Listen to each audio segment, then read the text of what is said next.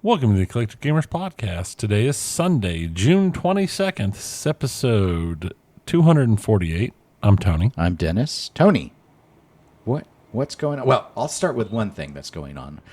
So Robert G. wrote into us and suggested, and I'll try and pronounce it properly, that for Patreon content that we talk about our favorite horror movies.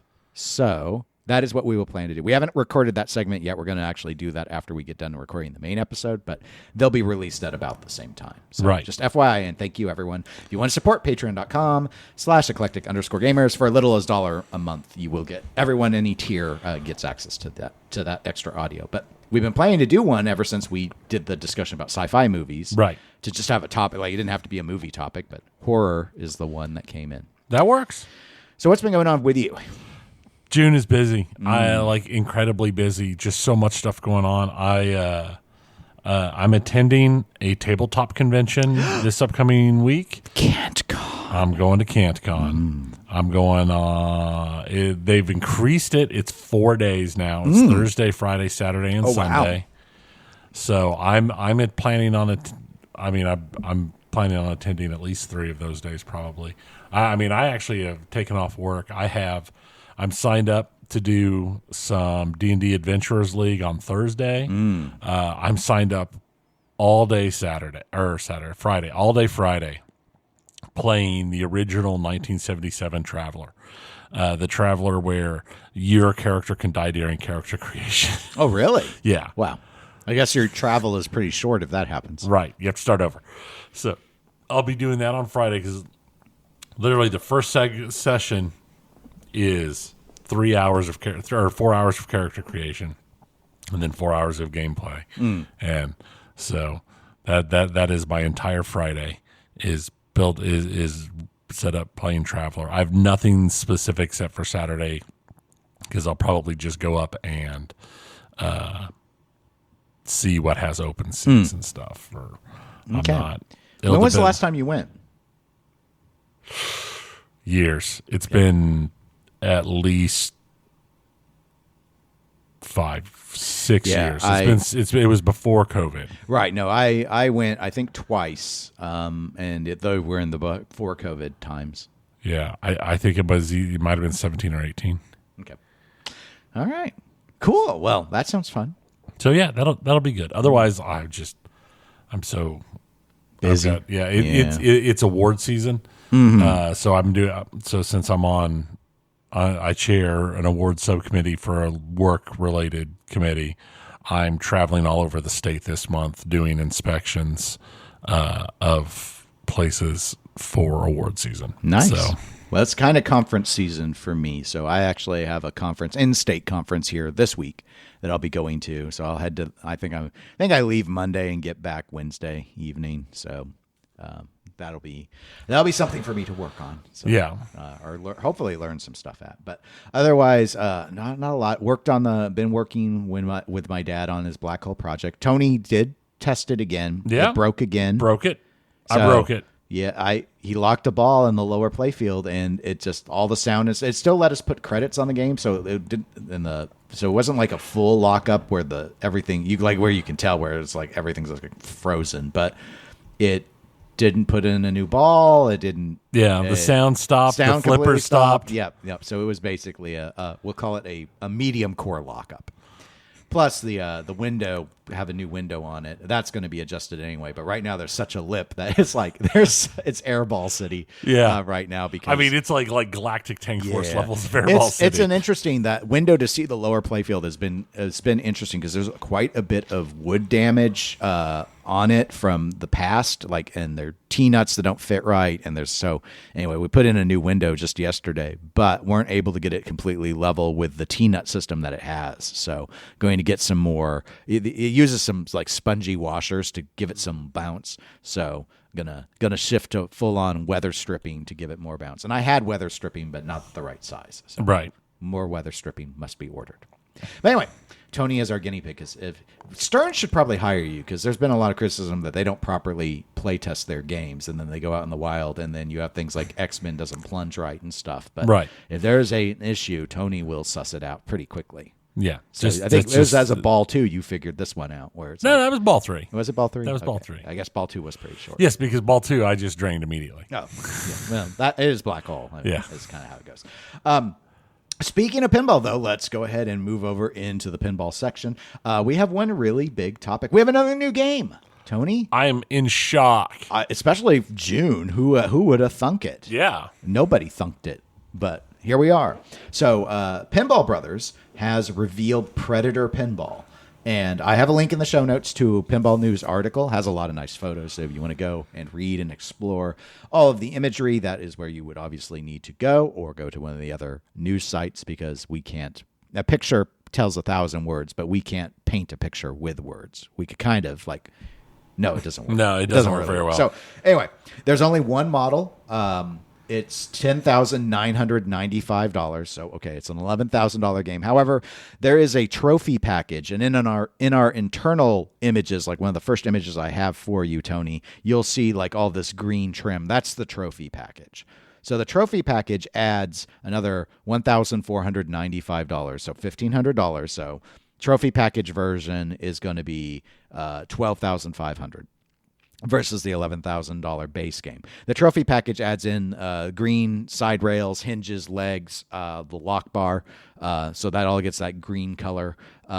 Shaker motor gets included. Anti-reflective glass gets included. It ends up having 60 interactive RGB LEDs at the back of the back box in that trophy edition. So those are sort of the main things that change up there.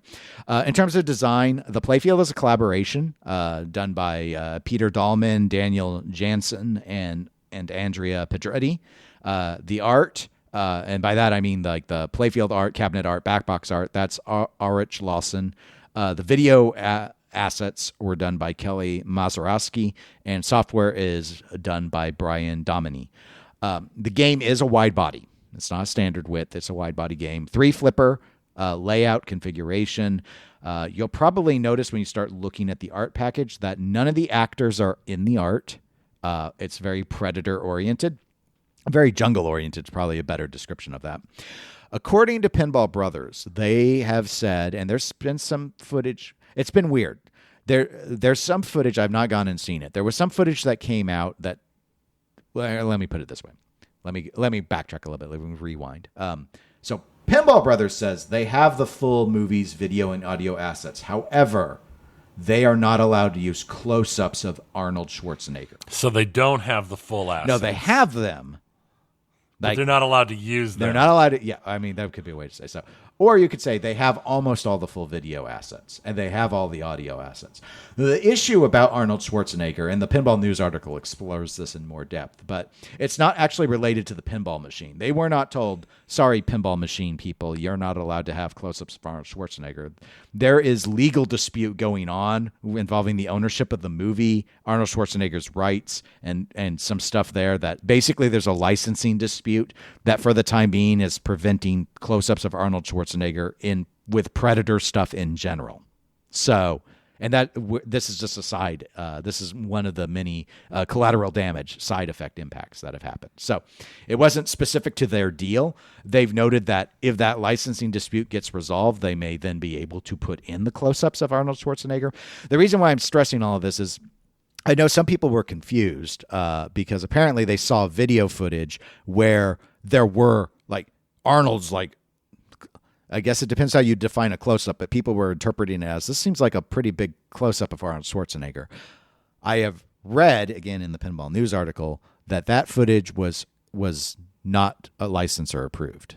So someone had a beta code or something, right, where there was some testing, where they had certain placeholders in from the movie. And so some people, though, apparently saw that. I was on a Patreon discussion over with the Pinball Show. Some of the listeners, we do for some of the tiers, we call it a happy hour every month. And some of the people were talking about seeing this and seeing close-ups from Arnold Schwarzenegger. It sounds like that is not true. What you saw was not what the public's actually going to get. Right. For the time being, at least. So anyway, I guess I just want to go over your thoughts. So Predator in general, what do you think of it as a thing? Obviously, we've been at this. I know it's not even been a decade, Tony, but we've been at this long enough that we remember when Skit B was around. Correct. And Kevin with Skit B was trying to do a Predator game and didn't actually have licensing approved, and that was one of the earliest crash and burns I witnessed, where a bunch of people lost a bunch of money on vaporware. But as a license, trying to set aside possibly the tainted taste of the Skip B years from your mouth. What do you just think in general of the idea of making the first Predator movie into a pinball machine? I think it's a solid choice. Mm-hmm. There's a lot of iconic stuff in it and scenes, and it's just in general. I would call it one of those classic fun 80s action movies that I think really lends itself to this type of service. Yeah, I agree. Overall, I think Predator is a good choice. It's one of those themes where it would have made sense back when the movie came out for it to have gotten a pinball machine, and for whatever reason it never did. And so here we are. Right. I have images in our internal notes for you to be able to see elements of the playfield and stuff. So, I mean, you've got a pretty prominent chopper. That's been what's been getting most of the attention from people I've heard from. You kind of and that's in the back left. In the back center, you've got the Predator himself, a figurine that looks pretty good. You've got like one of the communist jungle huts off on the middle left lift there with a Jeep. There's a pretty famous scene in the movie where Arnold Schwarzenegger sends a Jeep in to initially distract the enemy. You got like a compass over on the middle right. Middle right is where the third flipper is. It's kind of what I'd call a Steve Ritchie flipper. Like it feels like it's going to try and access a warp ramp. And you can see a few of the shots that's clearly designed to access over on the left-hand side. Because it's a wide body, what you do with the lower section is often an issue that needs to be addressed. And you can see on the far left, they have the minigun, the famous minigun scene that Jesse Ventura has. So that's featured along with some other elements. Like they've really embraced the jungle aesthetic here. There's a big map section though that shows where a lot of the inserts, I assume tracking progression, are kind of in the middle of the playfield, which maps don't feature prominently in the movie. So again, I think they just thought it made thematic sense, but in and of itself, it is what it is. What do you think of the? Well, I guess let me just ask about the art in general. And of course, you can always go back and look at what the back glass and the sides of the cabinet and stuff.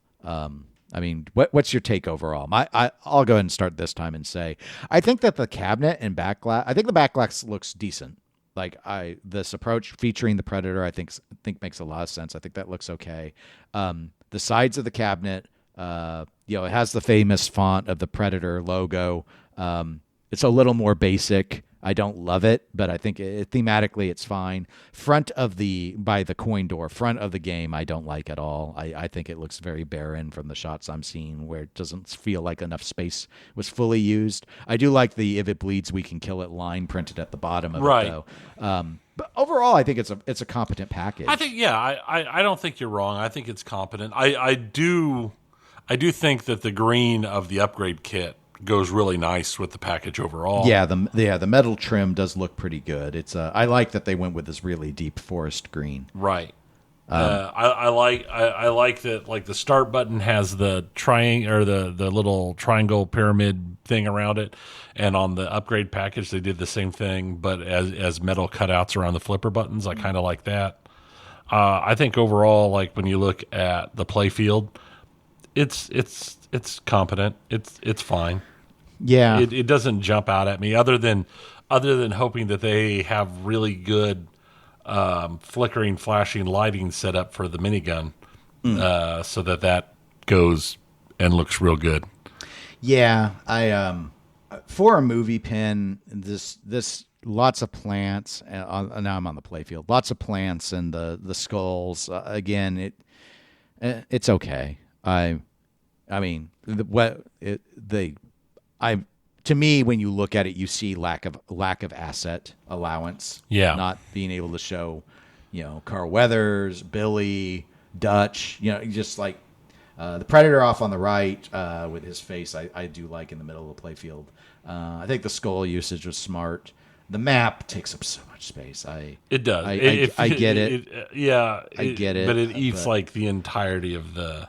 It's just I don't think of maps at all when I see Predator. So also this is just a design choice that they did, but and I get it and I see how they've integrated it in. I mentioned this, I believe, on the last pinball show, but I want to mention it here. I'm not actually particularly keen on that middle left section of doing the enemy camp. It's a fun scene in the movie, but the movie, to me, Predator, and I did the analogy of From Dusk Till Dawn. It's like there's a movie and then there's the movie. And, right. You know, with From Dusk Till Dawn, it's Salma Hayek dancing with a snake is what everyone talks about when they talk about From Dusk Till Dawn, right? Not the bank robbery stuff. Likewise with Predator, while it is a fun scene to see this elite military team in action, it's about them getting picked off one by one and hunted by a predator, not them fighting communists in the Amazon jungle. So right. To me, adding in the part where they're fighting not the predator but other people, I wouldn't have done. I would have just said maybe I'd have modes related to that, but I would not have had like sculpted plastics of the hut and stuff. To me, that could have been a section where you could have had the predator up in the tree, where he's cleaning his trophies, or you could have had the giant log scene where at the end where Dutch is fighting him and there's all the fire. And it's like there's plenty of other. I think maybe they just thought they needed visual variety, and so they went something other than just like plants. But I mean, you have the chopper, which is barely in the movie. It's got a really famous line going on. You have a couple chopper scenes actually in the movie. Minigun was smart. I think that was a really good one to include. That hut and that Jeep. Maybe it's the hut that kind of irks me. Maybe keep the Jeep, but ditch the hut. And I get that what they were doing. They're having a section of the game be the camp. To me, the camp is like the least Predator. It's the least Predator part of Predator. It's the introduction to the characters. That's what it is. Yes. It is an introduction to the characters. And it's a fun action scene. But like if I wanted to just see action scenes like that, you don't watch Predator, you watch Commando. Like everyone knows that. Why didn't Commando ever get a pinball machine? Remember when I said I would let you go last? Yeah, you said that. I lied. I love that scene because you can see the wire really clearly too. Yeah. But layout wise, it looks a bit Steve Ritchie light. I think it looks like it shoots okay, but yeah, I mean, we'll see.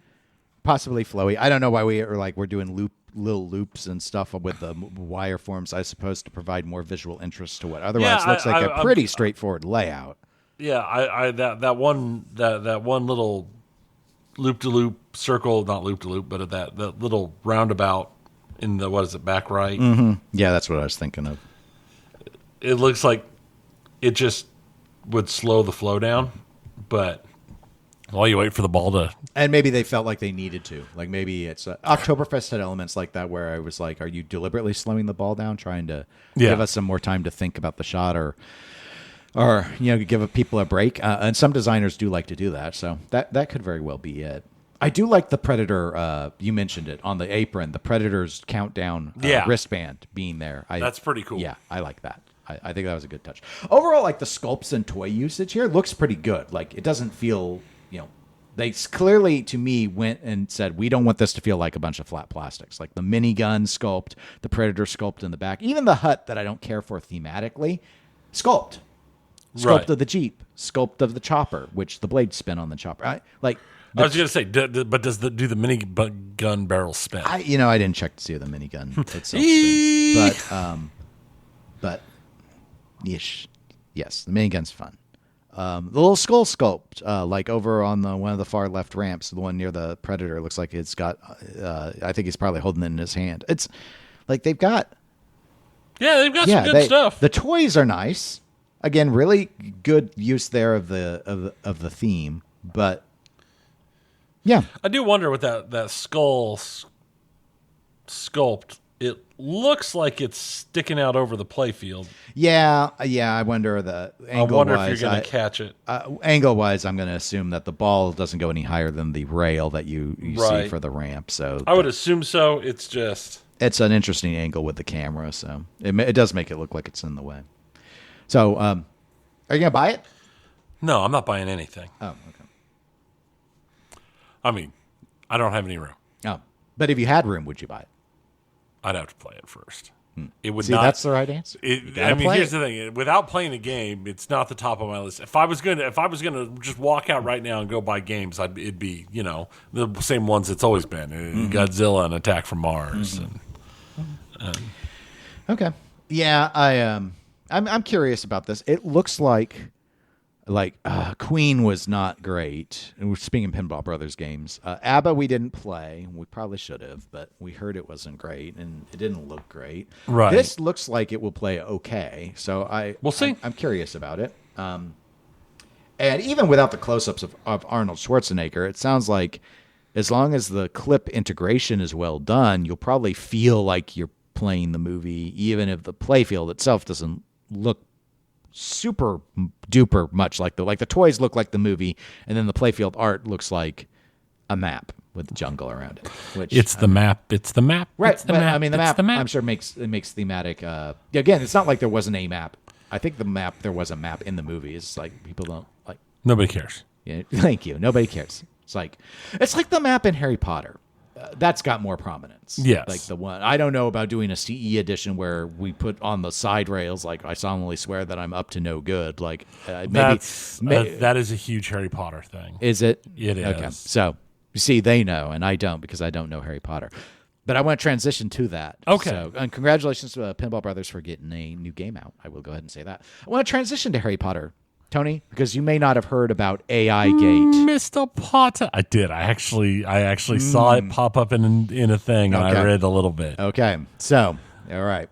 So, apparently, Harry Potter couldn't resist but get up to no good and enter its own scandal in the pinball world by having someone do an analysis that I believe started over on Tilt forums. You don't hear that one mentioned very much anymore. No, you don't. And is over on Pinside, which I've looked at a little bit of. Of course, the thread is massive, and it's mostly people debating about the ethics of AI.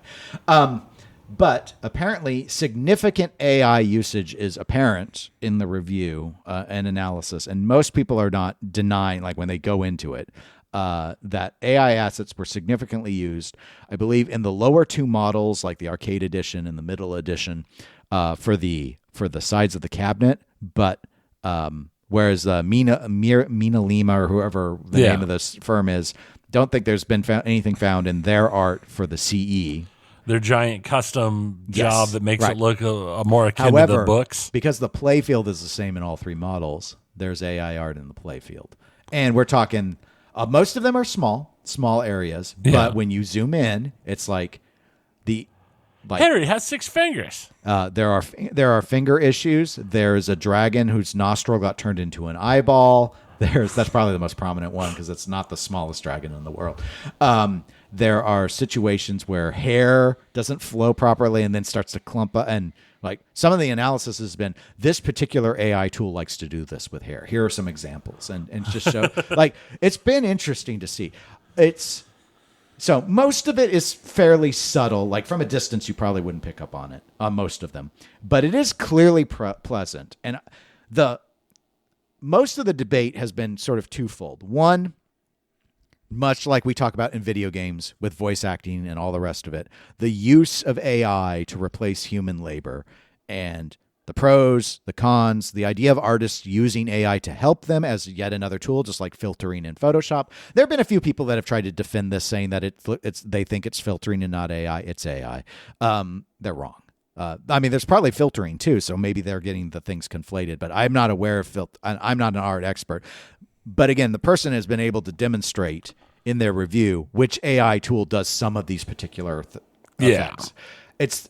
But what's noteworthy, here's where I will say the other. So you have the debate about AI in general, but then you have the criticism of people who, whether they agree it's okay to use AI or don't like AI, who are like, why wasn't it cleaned up? Like you have lines that are no longer straight. You have, AI lines. I've done AI to do like watch dials, and you see this where it starts to kind of fall apart at certain points where the structure all of a sudden, because it's like a collage in a way, and it doesn't, things like circles and stuff start to, if you get them big enough or detailed enough, you start to see flaws where in theory though, you could use that as a base and then go in and edit it. Well, there's lots of stuff here where no one went in and cleaned up the artifacts. It's just like, oh, it got done. Dump it onto the playfield and let's go forward. So a lot of people have been like, why wasn't this cleaned up? Why did JJP not know, or did JJP not care because of what price they got to pay the artist to get away with this? Right. That's where a lot of it is. So what are your thoughts, Tony? That's the background. I think it's to be expected in this day and age. I think it's just going to get worse. It would not surprise me to eventually get to the point where big sections of a lot of games are AI generated, especially playfields and the like. So it's an interesting situation because it is going to make such major changes to more than just this particular hobby. It's stuff we're going to be seeing everywhere in the next, let's go with the not too distant future. So I think that they should have cleaned it up. I think that's the thing. If they were going to use it to do prep or whatever, they still should have gone in and cleaned it up. That seems like what the professional way to do it would be, but maybe they relied on it so much they didn't actually have somebody to clean it up, and that would have required them to hire somebody to come in and do the cleanup work. Yeah, I'm pretty similar. I'm not inherently against the idea of you having an artist, and they use AI as part of a tool in the toolkit. I mean, why not use tools in the toolkit? You can, like where I work, this is, AI has become, it's used more now. We have rules on it. So for example, using AI to help you write memos and then but you need to go back and humanly edit them. And AI will perhaps, we would assume, get better at this over time. Another thing, though, where we use a lot of AI to great effect is for auto-translation. We're using a lot of verbal AI tools, and it's way less expensive than paying translators. And eventually this may very well put a lot of translators out of work. Yeah. Well, I've even had, last time I went to a doctor thing, they asked if they could utilize AI just for transcription of the visit. Yep. Yeah. So yes, it's coming in a variety of ways. You can't stop progress. But to me, you can have the things married. The idea that AI can do art and you still have an artist, and how the artist chooses to use or not use the AI, that might affect their price point, right, or whatnot. The level of mistakes that have been allowed through, I do agree a lot of the ones being pointed out are very minor.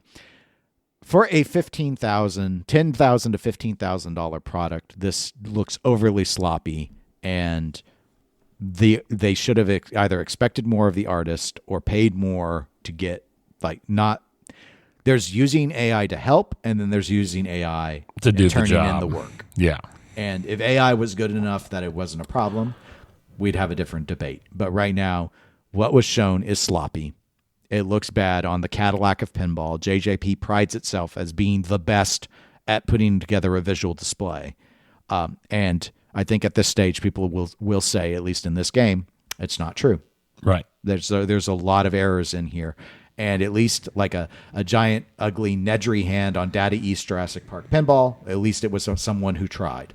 Not a flaw in the algorithm that always screws up hands, right, with weird missing fingers. It's just like some of this stuff is very detailed, like intricate, like lattice work and stuff, and some of the hair stuff I could see where like maybe they thought it was too hard to clean up. I don't know. Some of this other stuff looked like the dragon having an eyeball for the nostril. Come on, like when you put the dragon head in the place it is in the art, why was that not caught? It seems like a rush job. Right. It looks pretty bad. So, do you think this affects JJP sales of Harry Potter? No. See, I there may be some people who are on the fence. Then this will make them jump on the side of not buying it versus buying it. But broadly speaking, this will. I don't think you're going to see a lot of people pull out of their order over this art package, especially since so many people bought the CE and the back glass and the cabinet of the CE is fine. Is my understanding. Like it's hand done. But there's been a bit of that too, where people are like, is it really, this gets billed as hand drawn. A lot of people have also pointed out Eric Minier in the featurette talked about how important art is to him. And it's like, people are like, well, but not important enough to actually like review it, huh? Right. Sort of thing. It's pinball. They can't help themselves, but get a little dig in. So anyway, it is what it is. But I wanted to talk a little bit about that. Speaking of Harry Potter, Butts. Remember, Butts joined our Patreon recently. Yes. Butts is one of our more talkative Patreon members because he posted over on Patreon just to write in when we had the discussion about Harry Potter and how I don't know anything about it. And you asked me if I'd ever done the house thing. And I was like, no. And you're like, why not? It's fun. And so Butts said, Dennis is clearly a Ravenclaw. Oh, yeah. No, totally. 100%. No, maybe I'm a Slytherin. You're not. You don't know. No. That's my snake sound. You're not. No. I don't think snakes sound like that. That's my Gryffindor sound. That's what a Gryffindor sounds like. That's what a Gryffindor sounds like. Maybe. I mean, I don't really know what a Gryffindor is, but regardless. All right. So thank you, Butts, for contributing to the discussion. We also isn't Gryffindor a last name? Aren't all of them named after who people? has the last name Slytherin? I mean, yeah. Sounds like a Mel Brooks. Was named feels like a Mel Brooks comedy. I'm pretty sure every house was named after a person. Is that French? Okay. We changed it. It used to be. Okay. So, all right. We had an email. Brian J. emailed in. He said, let me get to that part. This is about Stern's code. Okay, so we're going to shift. We've been too mean to JJP. We got to shift over to Stern. And Brian wrote and said, how do you feel about the current state of Stern's code at release and the time it takes to get to 1.0 after the game releases? I listened to a bunch of the pinball podcasts, and there seems to be a lot of anger for games coming out with less than 1.0 code.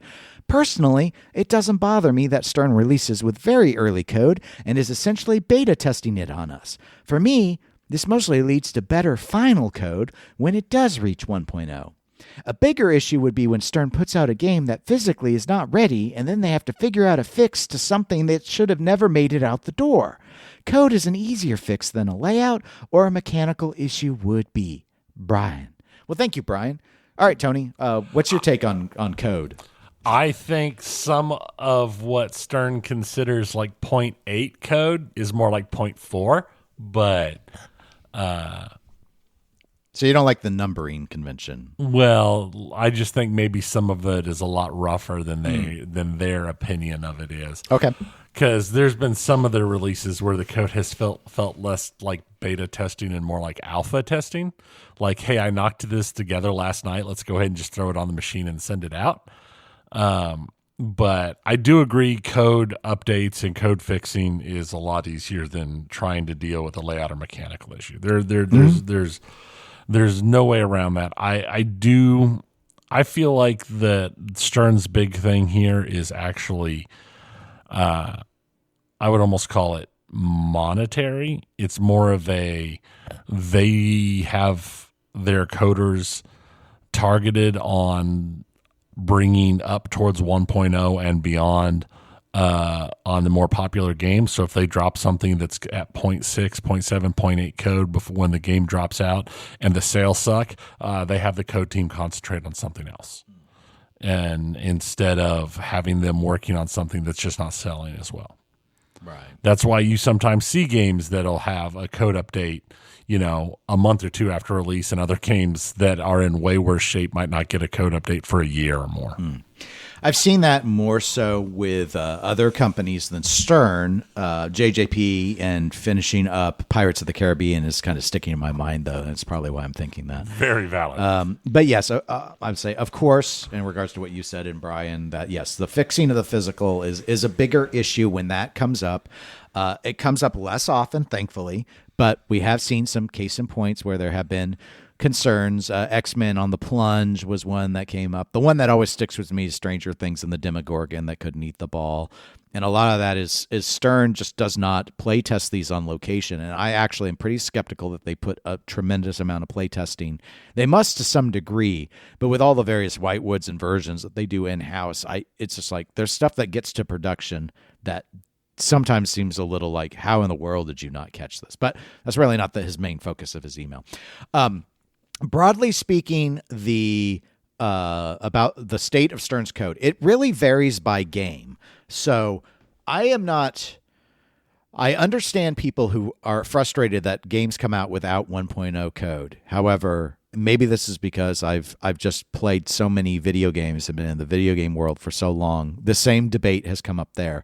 The bottom line is, with the ease of updating now, this is our new reality. People are not going to put things out to 1.0. They're going to want to put things out when they think that they can sell them, and they're going to go ahead and patch and make improvements. And those improvements are, overall, it is a good thing. It's good that they can now easily modify, because there have been plenty of stuff in the past that was broken. And like in pinball, you used to have to swap a ROM out. That's why Gottlieb games were so bad. They would only swap a ROM out if it was like dire, like the game would fry transistors if they didn't make an update. And that's why their rules never got fixed. And but of course, when you looked at someone like Bally Williams, they spent a lot more effort trying to really polish up the rules. But if you compare their rules to today's rules, even from a simplistic game standpoint, there was a lot of imbalancing that exists. Like all those 90s Williams games are so multi-ball heavy for scoring for a reason. That was just the way they got written. And had people watched how they were played, and you see all these games are getting played one way, it would have been nice to be able to easily patch them. Yeah. If a game is very early in code, I definitely, I do think that they have released games that are too early in code, and it's an embarrassment. I would say one of the case in points would have been James Bond. There was a lot of stuff that happened with James Bond, but when James Bond came out, I think it was pretty embarrassing. I think Guardians of the Galaxy came out pretty embarrassing when it was Groot all day, and then they patched it and became Orb multi-ball all day. And then finally, it got to a really good spot. So they got it there, but games don't always recover from how their code was. When Walking Dead came out, its code was not good. Lyman fixed up and I think restructured it and made it one of the best rule sets of the DMD era. However, that's not how it started, and Walking Dead's scores on places like Pinside reflect how it was initially seen. But even today, like X-Men's code has no excuse, especially given how well the game sold, for it to be in the state that it is in, where people are like, I have vast swaths of where I feel like I'm doing nothing. It's so extreme. You might not have seen this because it was a social media post, that Jack Danger has even made a post on Facebook noting that code is getting a dramatic, I think, rework. I don't think they're adding to it. I think they're rebuilding it. And that kind of happened like with Batman 66. Lyman sort of had to start over on the code because it came out with basically nothing. The thing was that like X-Men's has been limping. Like I know a lot of people that have ditched their X-Men because like the code is terrible. It's just not gotten anywhere. And that game was really popular. So while we may expect a game like John Wick to suffer more on code because the game didn't sell that great. Right. When you see a game that did sell great and they're just on the struggle bus to get the code into a place that people just feel it's competent, that they still struggle with that is interesting. But it's very game by game. So overall, I am fine with games not coming out at 1.0 code. They got to keep the line busy. The manufacturing drives a lot of it. Most of the time, I feel the games are in a reasonable state that it makes sense that they went ahead and came out that way. Now, one thing that is I guess you could call it a pet peeve. Like everyone's got their own approach on this, of course.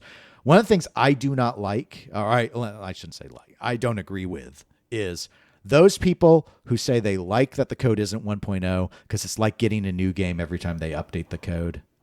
Like you can rationalize, like my mind doesn't work that way. You can rationalize like, oh, it's a new adventure every time we get a patch. It's so exciting. And I'm like, this is not like a live service game where like fighting games, that makes sense where they got to constantly balance it. Right. Or you see this in hero shooters like Marvel Rivals and Overwatch and Valorant, where it's like we're going to, you want the metas to change and not always get stale. So in order for people to keep playing the game, so they rework things a little bit. This just like getting our adventure to 1.0, that it's not an adventure to me.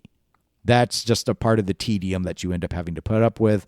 And it's not something to celebrate. But some people actually like it. Right. I don't understand it, but I am not that way. So I am not like, yes, please give me the code at 0.8 because I want to go on this epic adventure with you to get to 1.0. I don't alpha and beta test as a rule for a reason. I am not interested in that journey. That's a programmer's journey, not mine. So anyway, but thank you, Brian, for the query. Then the last piece I have for the pinball section is from Richard, who wrote in. And so Richard says, hello. I continue to love the podcast and thought I would ask another question for the pinball segment just in case the news slows down. I've played machines before that I thought had a decent layout and shot well, but the theme was unappealing.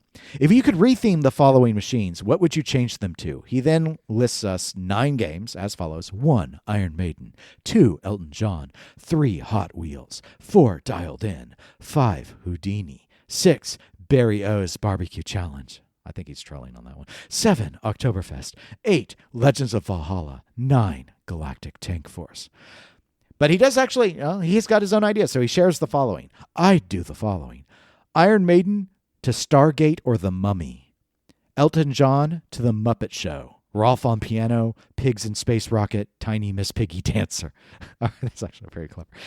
Hot Wheels to F-Zero. Dialed In to Mars Attacks. Houdini to Alice in Chains. Man in the Box plays when the ball goes in the trunk. Barry's O's Barbecue Challenge to Bob's Burgers. Oktoberfest to Simpsons Oktoberfest, featuring Moe's Tavern and Duffman. Sorry, I couldn't help it.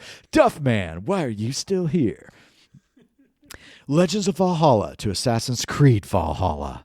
And Galactic Tank Force to The Last Starfighter. Richard. Okay. His theme world, I like. I like whatever world his brain lives in with themes because I know a bunch of these. Right. I have not played Assassin's Creed Valhalla though. But okay. So all right. We'll just go through them, I guess, in order. And okay. Iron Maiden. I like his concept of the mummy. I think it work. I think it would work really well, actually. Still staying close to some of the stuff to it, and yeah, I think that would actually be a really good choice. To me, the toys on Iron Maiden are so generic, you can basically turn it to anything. Mm-hmm. So while I think the mummy kind of feels right because we know like the premium, I think have the desert art package, and so it kind of has that vibe. I am good with that one as well. I don't have anything off the top of my head that I'd suggest otherwise, so I won't name one. Elton John. I like Elton John. I wouldn't change it. Yeah, I well, he's not my favorite musician in general. So if I were to take it, the thing I'd probably change the whole thing to Daft Punk. And the piano will now just become a DJ toy with the guys in the robot helmets. Right. But I think I just want to hear the Discovery album in a pinball machine, so that's probably why I'm doing it. Hot Wheels. So he said F-Zero, which I'm not a huge F-Zero fan inherently. No. See, it's interesting. I think it might be aim it more at the kids and go with Paw Patrol. Oh, okay. I was going to go with his theme, but go bigger and say Mario Kart. Mario Keep Kart it would race actually, car oriented. yeah. And then throw in some blue shell sound effects. Yeah, they both stay car related. It all stays car related, but Yes. it's just Hot Wheels keeps the kids targeting if it goes Paw Patrol, and it keeps everybody's targeting. Paw And it Patrol, sells a lot more Paw if Patrol. it goes with Mario Kart. So anyway, it's gonna be better than Hot Wheels. So Dialed In, he said Mars Attacks. I have not seen Mars Attacks in a while. We come in peace. I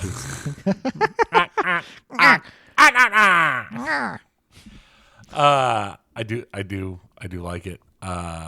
Dialed In. Because Dialed In currently, it has the theater space. It's got the spider, which of course we could change those toys into right. Into and other the big thing is it's got such a heavy phone basis into it. I mean, we got the little phone LCD stuff. So I could almost see going for something like, what? what was the name of that movie? I'm trying to remember it. Where the guy was in the phone booth, and if he left the phone booth, the people would get shot. Oh, the one with Colin Farrell? Yeah. I think it was called Phone Booth. Okay, there you go. So, okay. I'm going to do one which only ever got prototyped. Kroll. The 80s You just movie. want Kroll. I do. I do. I don't blame you. Slayers. The phone could be, there's the seer. There's also, so there's a part with the seer, and, that could kind of be like a manifestation of trying to, the weird screen, but the spider could be the widow of the web. There's just stuff. I'd probably change the phone outright into something else, but the theater could just be one of the, I don't know. We'll get rid of the theater and make it a fire mare. Got to have a fire mare ball lock. Fire mares can travel 20,000 leagues in a day. Yeah. Fire mares. Fire mares. Fire mares. Okay. So Houdini, he suggested Alice in Chains. He was just basically wanting to use the trunk for something different. Right. No.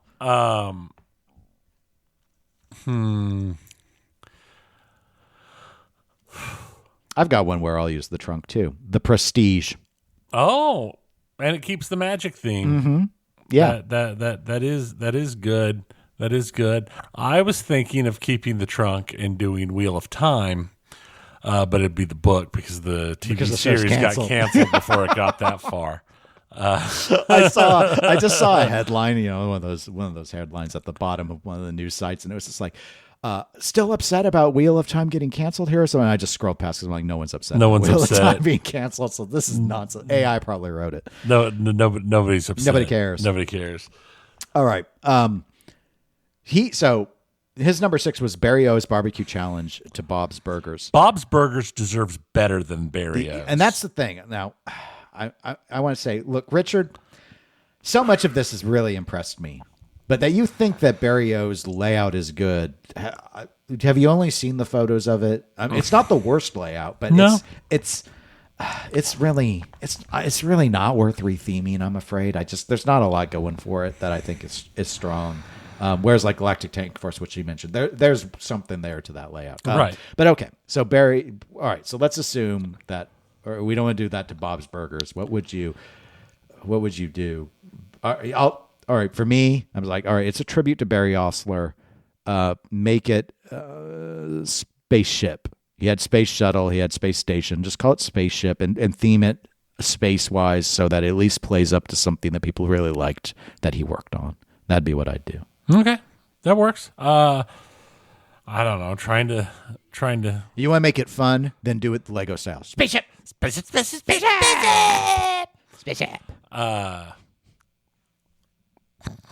If you want to keep it food themed, like health inspection. The game. Because it's not fun. I think you found something that would actually sell less than Barry O's did. Congratulations, Tony. All right, Oktoberfest. He turned that into a Simpsons version of Oktoberfest. Oktoberfest. It's got that really long roller coaster-esque ramp shot. It's got the barrel lock. You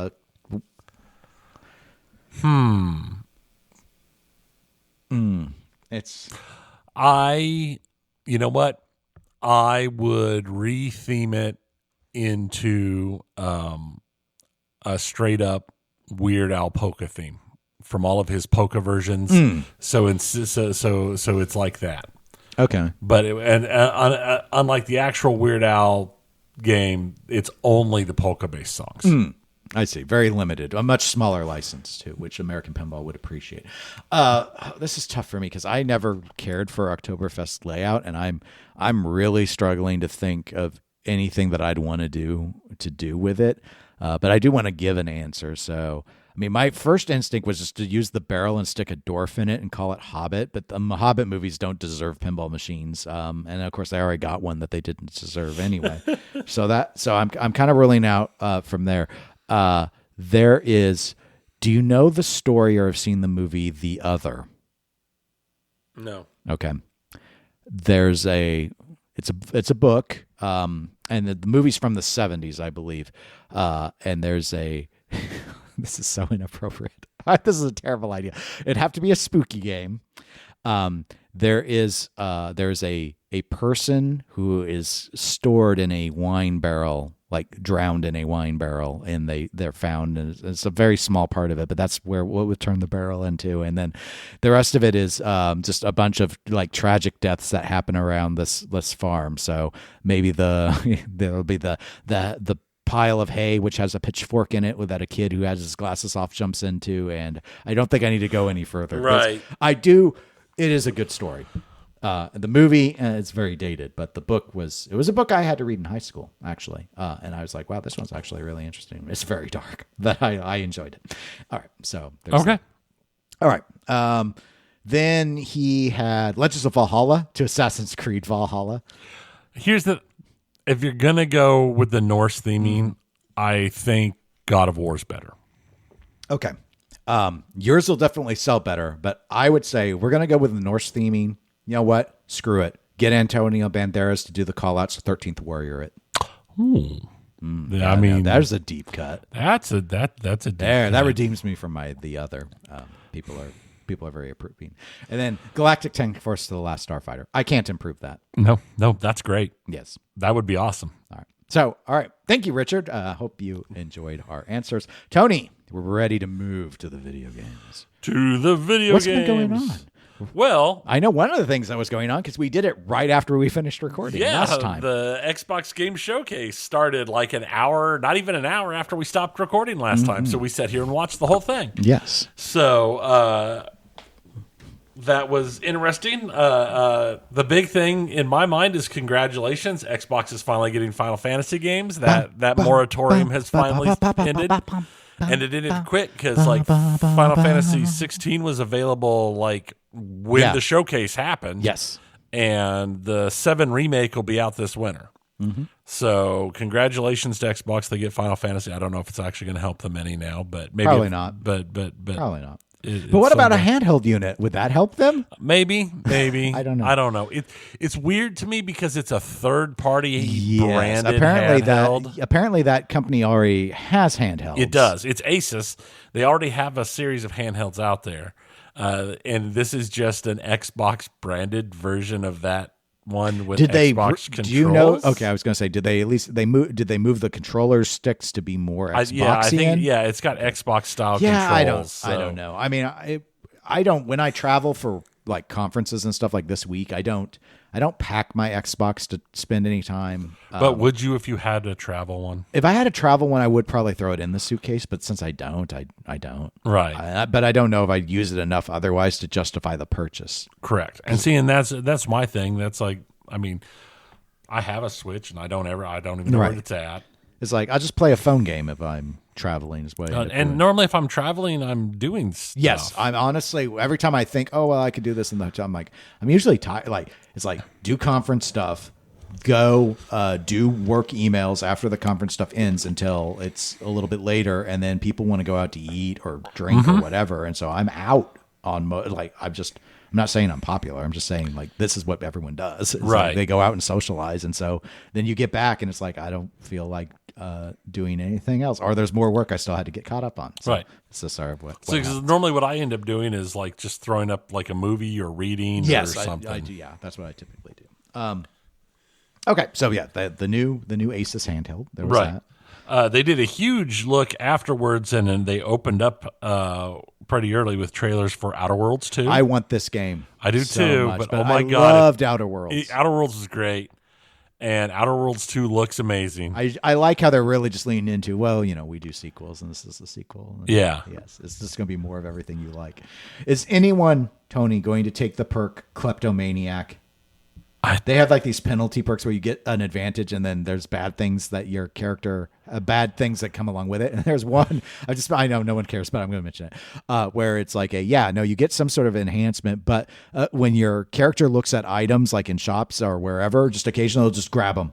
Yeah. And it's like, you get in so much trouble if you steal in front of people in these games. I'm like, I can't imagine anyone's going to play through like that and be like, yeah, whatever. I'm sure somebody will. I know, but I'm just like, I'm sure somebody will. Can't just like I mean, And it might even be fun if you build your character right. It's just like doing a Fallout run, doing a Scrombles run of Fallout where you've got a 1 intelligence. So is your first playthrough of Outer Worlds 2 going to be a stealth build?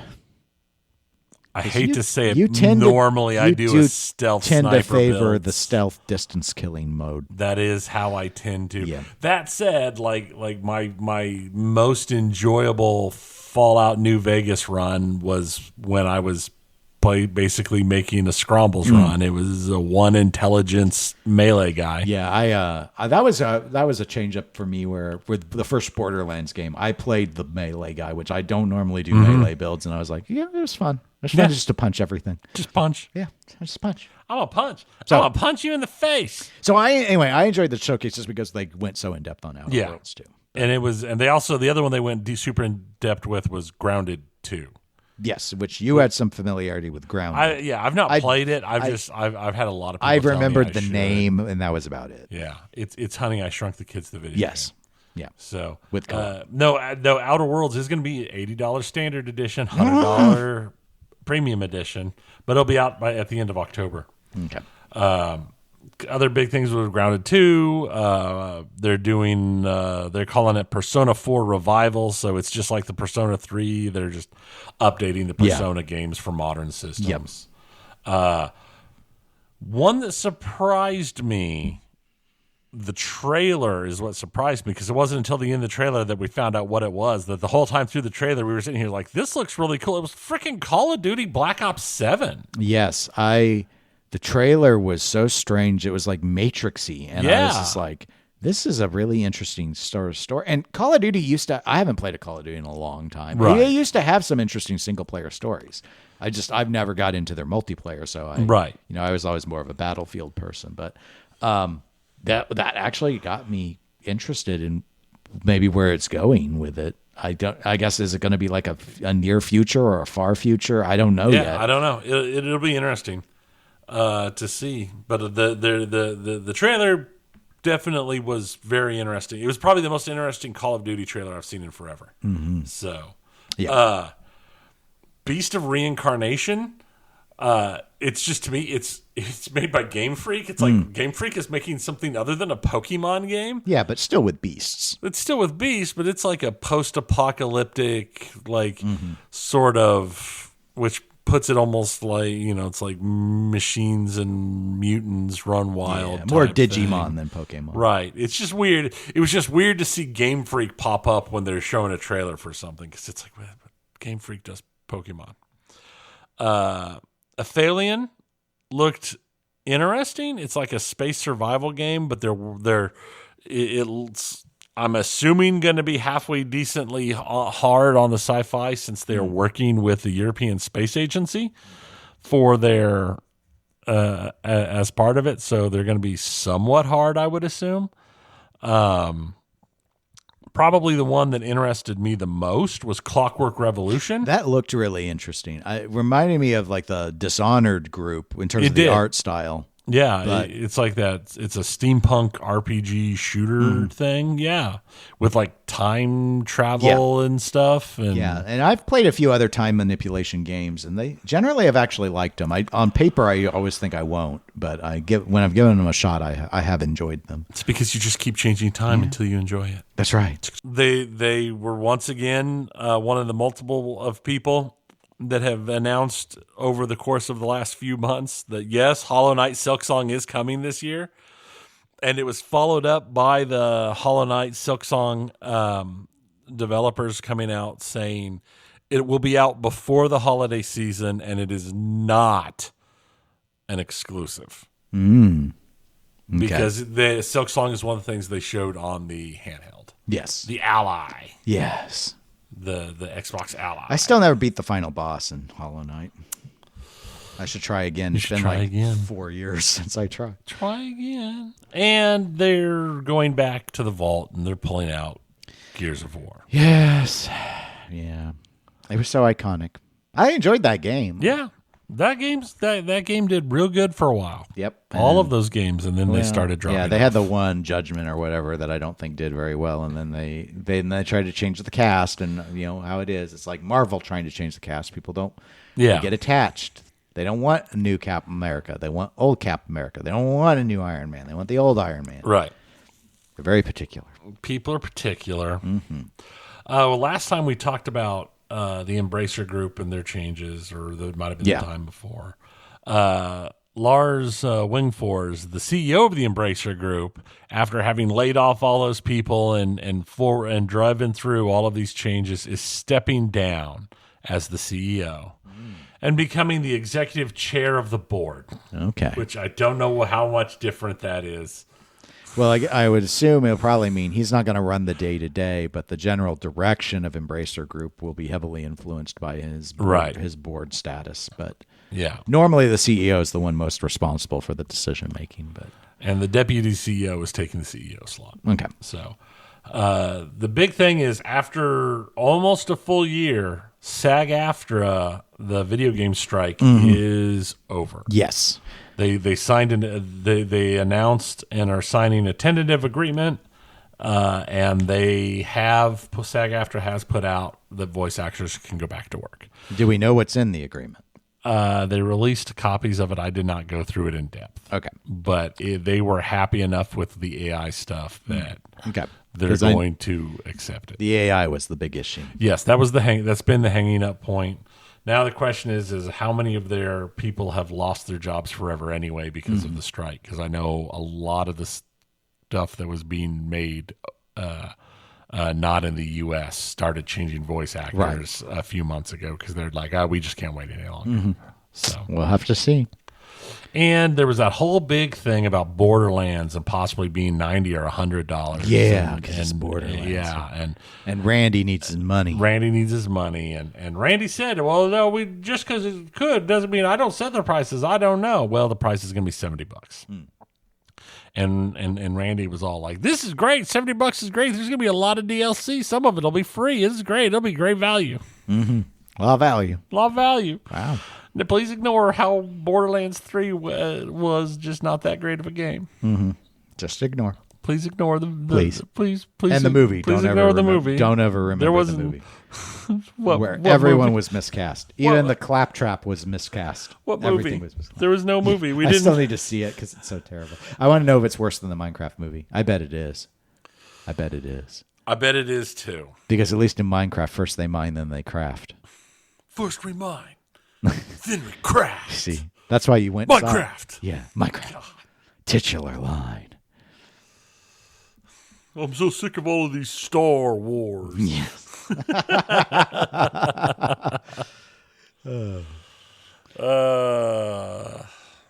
Well, I think we made it to the end. We made it through. So if you want to reach out to us, you can email us at eclecticgamerspodcast@gmail.com or go to facebook.com/eclecticgamerspodcast. As a reminder, you can subscribe, or I should say, well, you can subscribe with our RSS feed, but you can always support the show over with patreon.com/eclectic_gamers, which, if you want to hear our discussion about horror movies, it will be after this. Or I guess you could watch it or listen to it before, depending on what order you do things in. But anyway, that will be where that one is listed. It's not going to be on the main RSS feed. You can also reach us on Twitch and Instagram as eclectic_gamers. And until 2 weeks from now, my name is Dennis. I am Tony. Goodbye, everybody. See ya.